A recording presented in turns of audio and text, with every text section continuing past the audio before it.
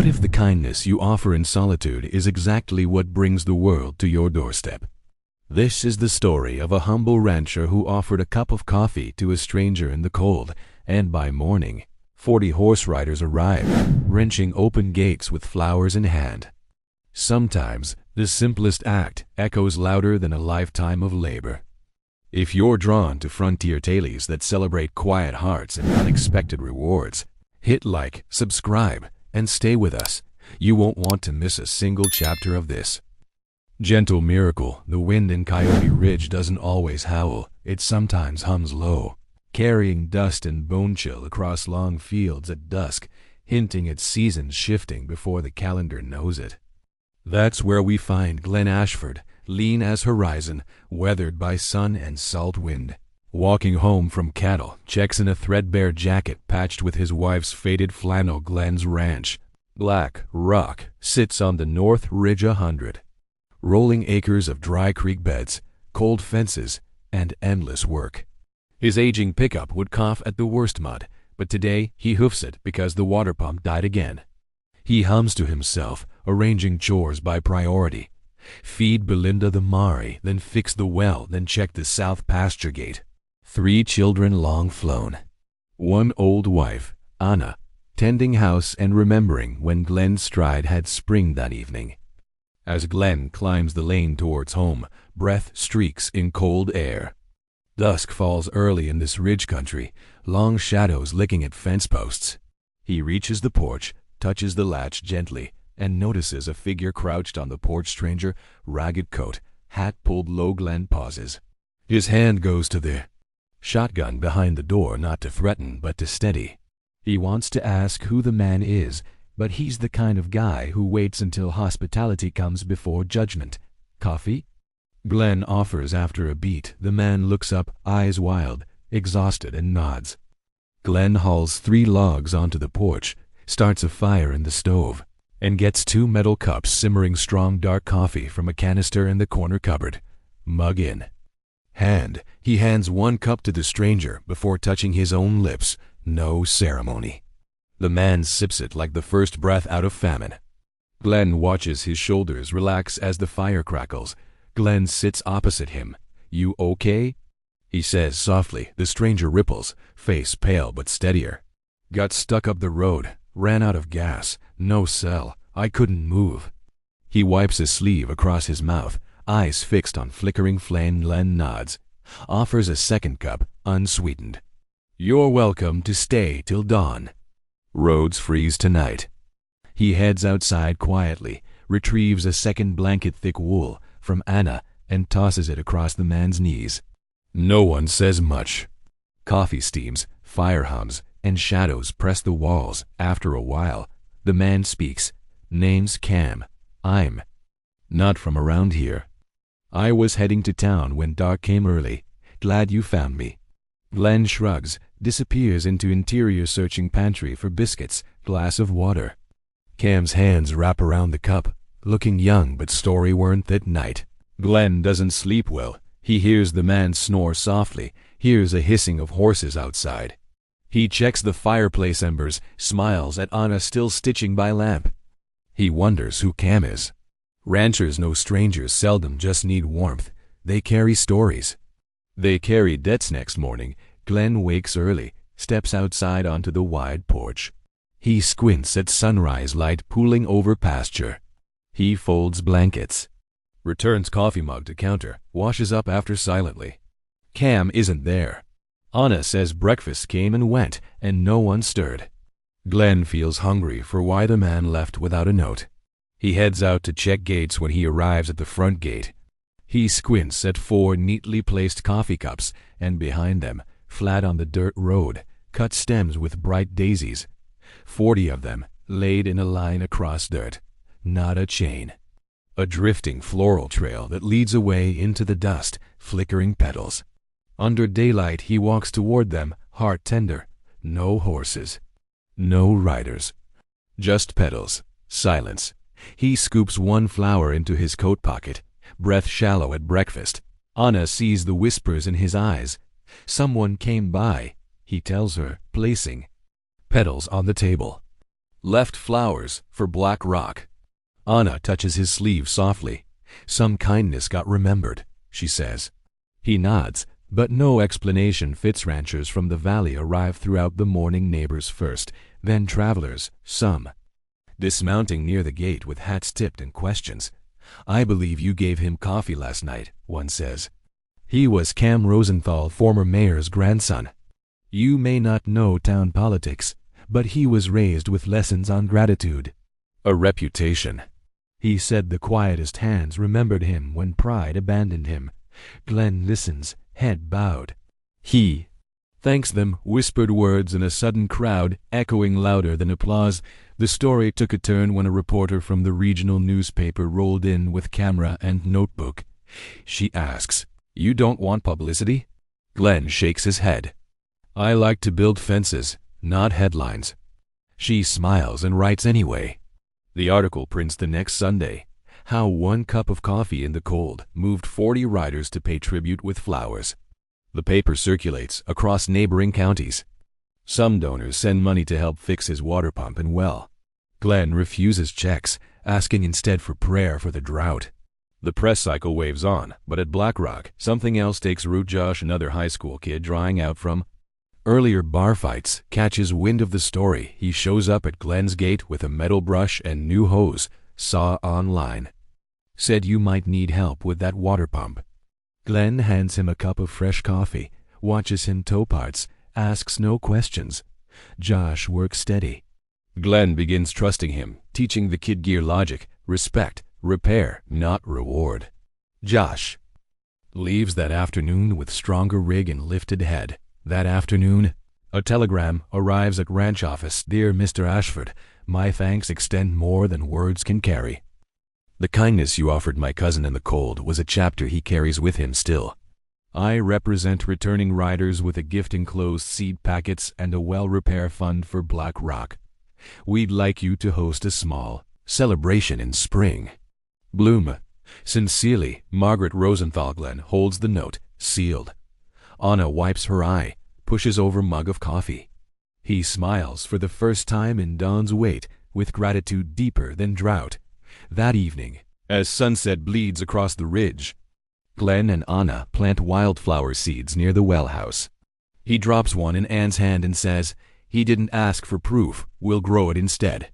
She nods, planting side by side. Over them, solar lights hum into dusk, gasoline spiders readied, cattle load among cows bleating and coyotes calling. Past gate, Glenn thinks softly. One night of shared warmth forged a season's harvest of flowers, of trust, of reputation restored beyond his farm and into community hearts. He leans back on the rail again, horizon forgiving. He whispers, for kindness. That's all. Anna smiles, and as stars slip out overhead, nothing more needs saying. Spring came early that year, undracing Coyote Ridge in pale green before the calendar even turned. The oaks around the cemetery and pasture flickered to life with buds full and proud. At Black Rock Ranch, the well pump glistened with fresh paint and shine. Glenn leaned back in his porch chair, soaking in mile-long ridges humming with returning life, thinking how kindness tends to bloom longer than drought does. That morning, Maya's blog published the second follow-up, How a Simple Ranch Gate Sparked a valley-wide bloom. She interviewed neighbors, Josh, Eva, even Earl. But Glenn stayed quiet. He focused on fence repair and new signage. "Welcome to Black Rock, where a cup saved us from forgetting." He drank coffee from a mismatched mug. Anna had gifted a petal imprint stretched across it. He sipped cautiously, thinking how time rewrites impact slowly, but seeds of grace push through stone eventually. This story elevates when Josh approaches him again, this time with a journal. Inside, letters collected from locals. Thank you for kindness that rippled past gate. You helped restore empathy. We rode to repay what coffee sparked. Josh delivers it like it's heavier than feed bags. Glenn flips through, tear-stained lines from the widow of a sheriff. Kids rescued from tough streets.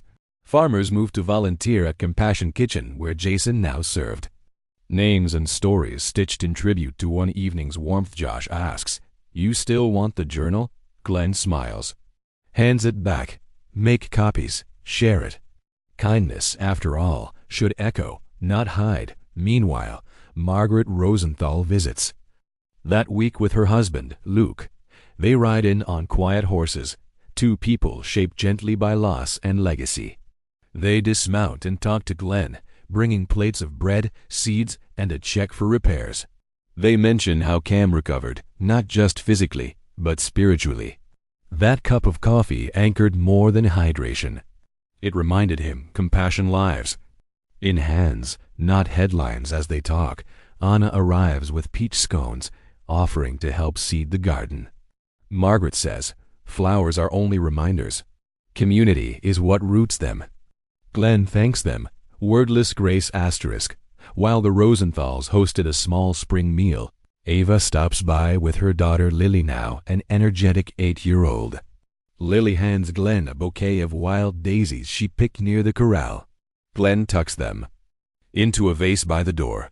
Humming at how gratitude circles full in small hands, Ava invites him to their school's literacy fair, asking him to speak about stewardship. He's hesitant until Lily tugs on his sleeve and says, "Grandpa, you helped someone remember himself. That's story-worthy." Glenn smiles, nods. Rosa, the nurse, calls to tell him that the meal service they ran last autumn will now be county-funded, 50 more seniors added monthly. She thanks him for trusting her, for funding the rides, for that early call. He laughs, offered nothing except shelter, and says, "That coffee fund helped, but lines of help are bred by trust first." Rosa reminds him, romance and kindness matters, but ripples matter more. He puts down the phone and watches clouds drift slow overhead, wind kissing new blooms. He thinks kindness tightens into tradition when you stop waiting for applause. Maya writes again. A documentary film crew wants footage of the 40-rider tribute. She asks if they can film Glenn walking the ridgeline at dawn. He frowns. He's not camera's favorite subject. But he hears the quiet longing to tell others how small deeds matter. So he agrees. Next week, cameras roll as Glenn and Josh ride out at sunrise, stopping at sites where Cam once trudged with frost in his lungs. They plant wildflowers at fence posts. They speak softly about scarcity, how compassion bridges emptiness. The camera holds on Glenn's hands, calloused, cupping water, holding seeds. They don't say hero, they just say servant. And that's enough, mister. Kendrick and Mrs. Benton host a spring supper for impacted seniors and neighbors. Glenn attends as guest of honor, seated at their round table among grandparents, single mothers, and caretakers. They remember bread shared and salt water offered on cold nights. Noble claims fade. This table celebrates endurance and shared mercy. Glenn listens to thank you stories, not just about Cam, but about how their faith rekindled. One woman, newly blind, whispers, "You lit a path so dim hearts could follow." Glenn passes the ladle to Josh and eyes mist. He bows later, under that harvest moon. Glenn visits the newly planted memorial grove, now 15 oaks, one for each year lost. The sign at the gate reads, "Flowers for what we nearly forgot, that every child deserves sun, shade, name." Next to it, a plaque, "Black Rock where compassion blooms." The grove glows in moonlight, wooden benches carved with names of children rescued. Volunteers honored, neighbors remembered. Glenn places a single daisy at the base, not for ceremony, but for presence. He turns to leave when Sam's voice winds to the vision, and deeper than memory calls softly, "Sir." He turns again. 20-year-old Sam Rosenthal, healthy, sure, stands beside his cousin Lily. He holds out a folded quilt, embroidered, Black Rock legacy quilt made by Valley hands. Embroidered petals, water cups, wildflowers, fences. Each square sewn with names of those helped, horses saved, meals given.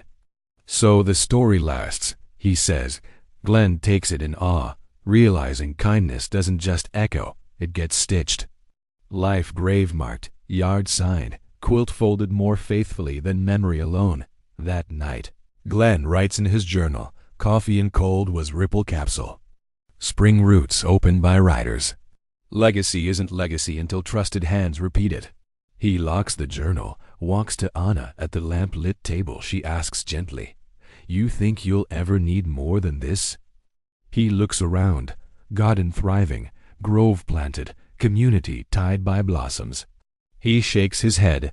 "No," he says. "Just enough to water gratitude." The very next morning, a letter arrives from Cam Rosenthal, handwritten. Opening it, Glenn reads, "You didn't just give coffee. You gave memory.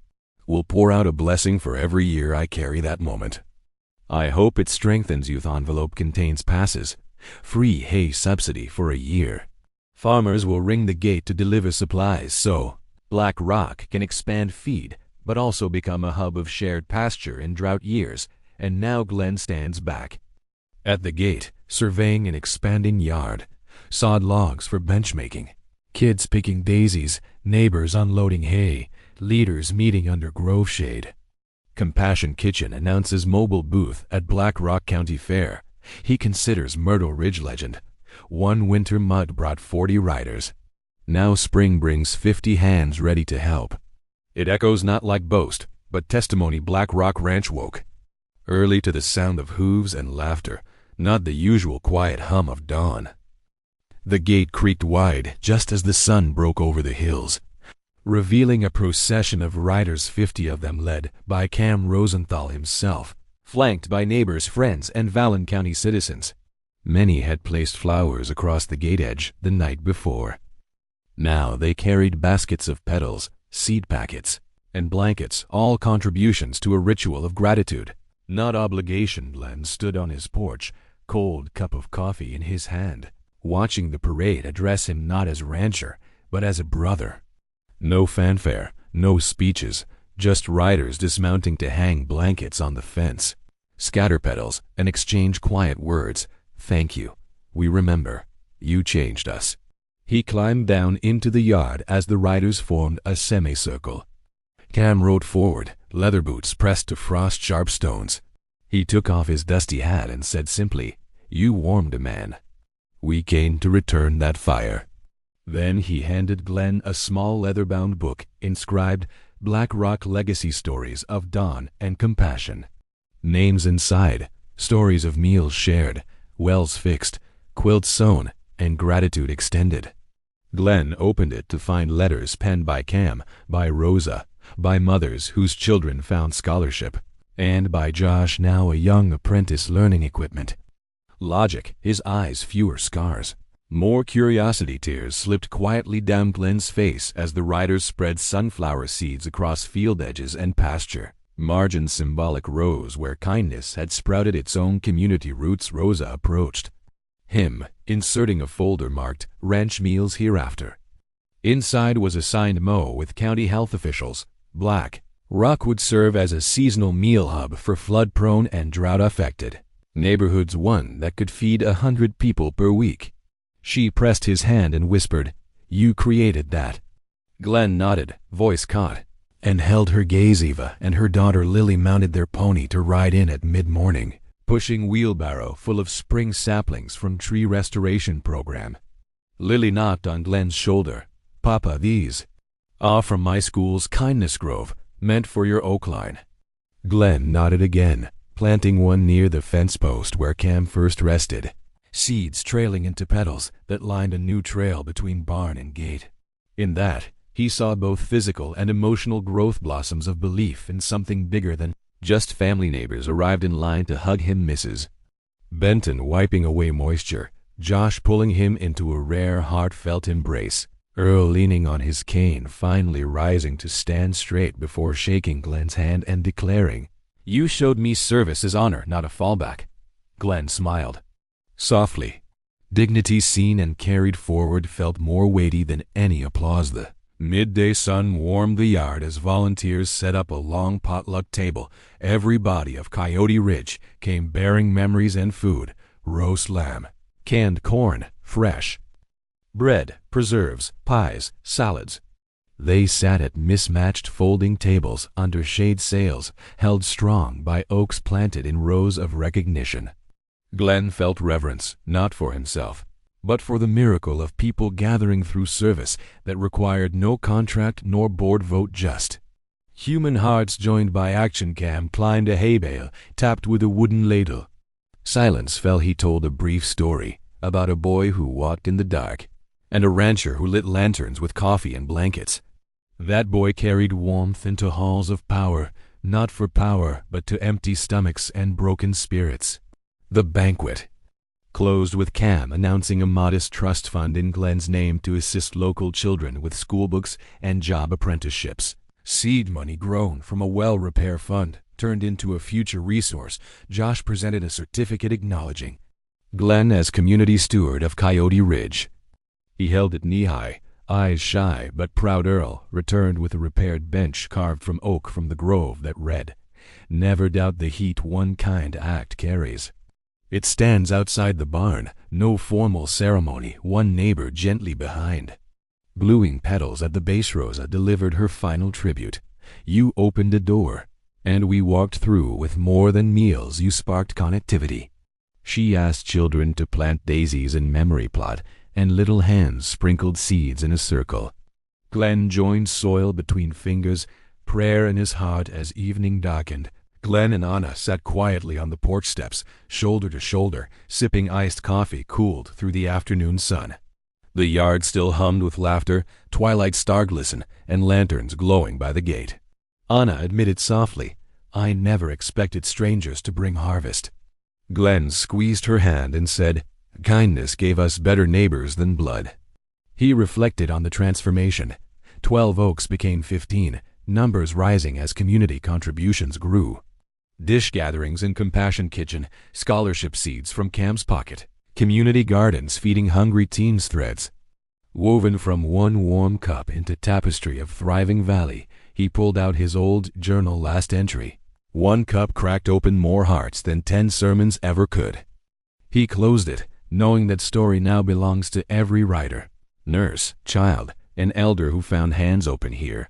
Above the fence, a banner waved, "Black Rock Compassion's home on the ridge." As horses left the gates after dusk, one rider paused Cam. He turned from saddle, called softly, "Thank you, Glenn. The ridge is richer because this heart sits light." Glenn nodded, and lions ran across tearful eyes, not of grief, but of gratitude gasping in high noon light. Under starfall, Anna and Glenn extinguished lamps. He walked to his bedroom, seeing quilts stitched with names across his daughter's bed. Words embroidered, "We are the petals you grew." He whispered, "I hope you remember," and turned off the lamp. The next morning, Glenn found a single rose at his breakfast platter, stage light pink, unfettered by script. No note, just presence. He traced petals gently and knew, blooms don't always need reason. They often need recognition years later. Children who grew up at Black Rock tell the stories. The coffee savior, the writer tribute, the community garden, the scholarship fund, the dinner ceremonials, the tradition of generosity planted in saddle-born flowers. They whisper, kindness blooms deeper than privilege, roots stronger than fear. And under every oak, petals fall year-round, drifting across ground that remembers how a simple gesture in cold can blossom into a legacy of warmth.